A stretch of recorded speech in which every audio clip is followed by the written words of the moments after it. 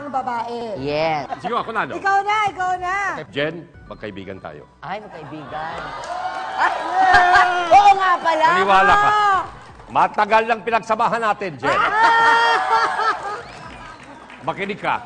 Kapag ang babae ay nananalo, Oo. kasi sa kasaktan, hindi madalas mangyari yan.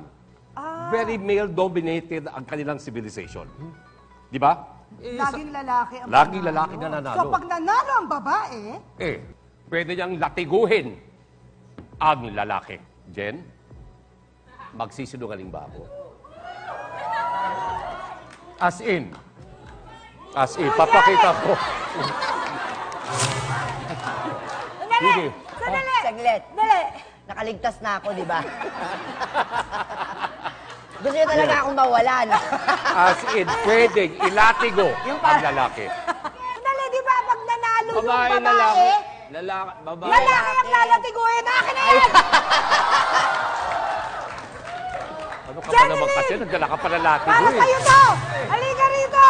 Eh, bakit ako? Di ba nanalo yung babae? Tama. Ikaw Pero- na, Jeneline! Bumanti ka sa tatay. Hindi. Sandali, bakit si Jen? Huwag na ba? Bakit siya? Masakit pag si Jen. Hindi.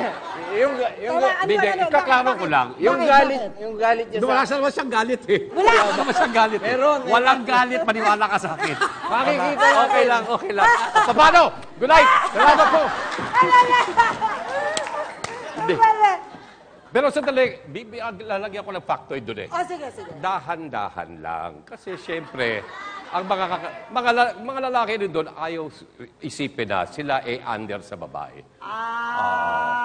Ano sa tingin niyo? Jeneline and Sheena, is it a factor of bluff? Ate Uge, sa tingin namin, bluff. Parang mas naniniwala ko kay Tito Edu. Bakit parang mas tama si Edu? Nakaka-feel ako ng connection. So parang feeling ko. Sheena and Jeneline, bluff na? Bluff na bluff! Sa sagot na pinapakain ng damo, hindi daw yan fact. Bluff nga ba? Please reveal.